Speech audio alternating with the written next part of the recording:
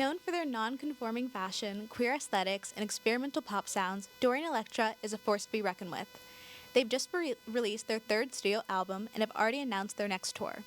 We have our very own Emerson and Kaley tonight to weigh in with their thoughts. Hi guys, so today Emerson and I are going to be talking about Dorian Electra's new album, Fanfare. So if you don't know who Dorian Electra is, they're a hyperpop, electropop musician from Houston, Texas. Yeah, they are. Who kind of got their main rise to fame with a feature on a Charlie XCX song called Fembot. So their new album, Fanfare, just came out earlier this month. It's an incredible album, so that's what we're going to be talking about today. October 6th. I've been waiting for this day for years. I'm so excited. Yeah, it's been a while since their last release, but yeah, so this album has some really big overarching themes. All of their albums kind of do. This one is mainly about capitalism, kind of the consumerist society, and also about parasocial relationships. And fame in general. Dorian said in an interview, about how accessible fame is with TikTok and social media, and how difficult that makes it because you're constantly being watched when you're in the spotlight. It's kind of you can't escape it, and so that's kind of how you kind of follow that level with the album, and it's really cool to see. Yeah, absolutely. Everyone is kind of a celebrity now. Yeah, it's anybody bizarre. can be a celebrity. Your neighbor could be a celebrity. It's crazy. The person you sit next to in history class could be a celebrity. Bars. For me. Okay. All right, so first song, we've got Symphony, and what a way to open an album, first of all. We've got horns, which has also been, when their first single that they released, Freak Mode, which we'll get into later, that was a big part of it, was, the trombone and the trumpet, all these horns. Fanfare, it, starts with this amazing, It's a fanfare. It's a fanfare. It's the symphony. It's crazy. It gets you excited, yes. And it starts off also just immediately talking about that first theme, or whatever we meant, fame. Yeah, fame. It's a big song about fame. We hear some of the lines, need the kitchen sink, and then it evolves into, need to watch you sleep, need to see you weep, give me everything, even need to hear you scream. And I feel that speaks to, the evolution of, as you become a fan of someone, the need for more and more, and it's never really enough to see, one aspect of someone's life, and then you need to see another, and then you need...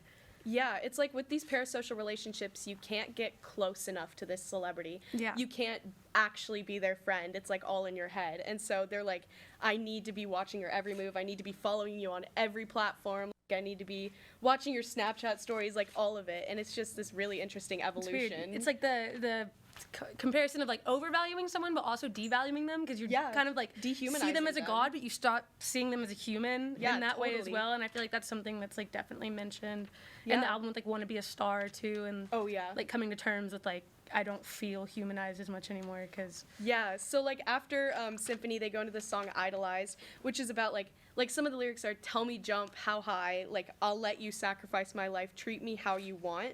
And so it's just this same idea of giving yourself up to this god that you idolize, this celebrity that you put above everything in your life. And it's just so interesting to watch how that evolves in those first two songs, right off the bat. It's just really cool to see. Yeah. Absolutely.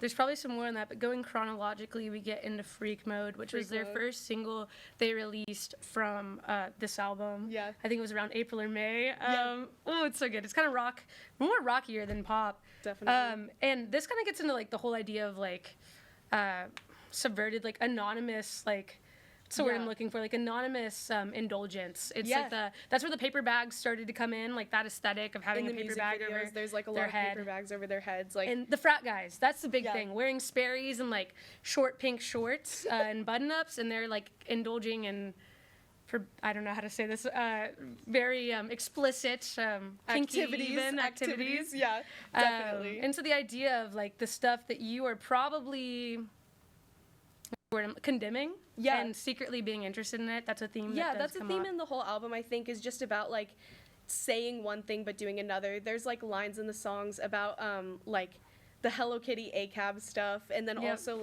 in Man-Made Horrors. There's so much in there too. Give a Pig a Pepsi, calling out Kendall Jenner. Yeah, the whole and just Jenner. virtue signaling in general is a big thing. Big theme. In Freak Mode, Catch Me Throwing Cake at the Leonardo, that whole climate activism thing. They do talk a lot about climate activism in this album. There's stuff about the Earth is dying, but whatever, let's go party. Let's have the time of our lives, a lifetime, in the song Lifetime. Yeah, exactly. It's so cool. And it starts with a verse about coffee grounds and how to Yeah. dispose of them, and it evolves into that. Yeah, it's literally just a monologue of how to dispose properly of coffee grounds. It's to great save the though. It planet. actually It's says a crazy. lot. Yeah, it's really cool. Also consumerism. I feel like also plays into like the what's the word, like virtue signaling of this. Yeah. Like, Mao Zedong thong. Like, I don't know. Being in college, I know a lot of communists, but like if you Yeah. buy a Mao Zedong thong, it's like It's it's like defeating the purpose because Yeah. you're playing into consumerism while being a. This is getting very political. This album is very political. It is a very political album. Yeah. It's a great album. It's an excellent like commentary on just like the parasocial relationships that exist in like society and like It is. capitalist consumerism, that whole thing. I think Dorian Electra did an amazing job I with think this they did album. an amazing job too. It's incredible. We never mentioned Sodom and Gomorrah, and I Sodom feel like and we Gomorrah have is to an bring amazing that up. I song. know we're wrapping it up, but we can't forget Sodom and Gomorrah. Yeah, Sodom and Gomorrah is an amazing song. It's like got all of these biblical themes while also contrasting it with like over sexualization. It's amazing. The idea Like, once again of like anonymous, like older men, like taking, Yeah. participating in things that they would probably once Condemn. again condemn. Totally. And also like Dorian Electra's entire merch line was like a lot of it was A in little that bit, like, video. trashy, a Yeah, little it's bit, very like Coney Island, Island, as you like, the described spray it, like paint Jersey shirts. Shore. Yeah. With the cheesy spray paint font, and Yeah. that's like heavily featured in there. And it's the consumerism And thing then price again. tags or everything. You mentioned the McDonald's Yeah. thing for the logo too. It's like the McDonald's colors. Yeah, it's the McDonald's covers. It's really It's cool. sick. Yeah, so this is a great album. We'll go ahead and take it back to the host, but definitely give it a listen. Yeah, thank y'all.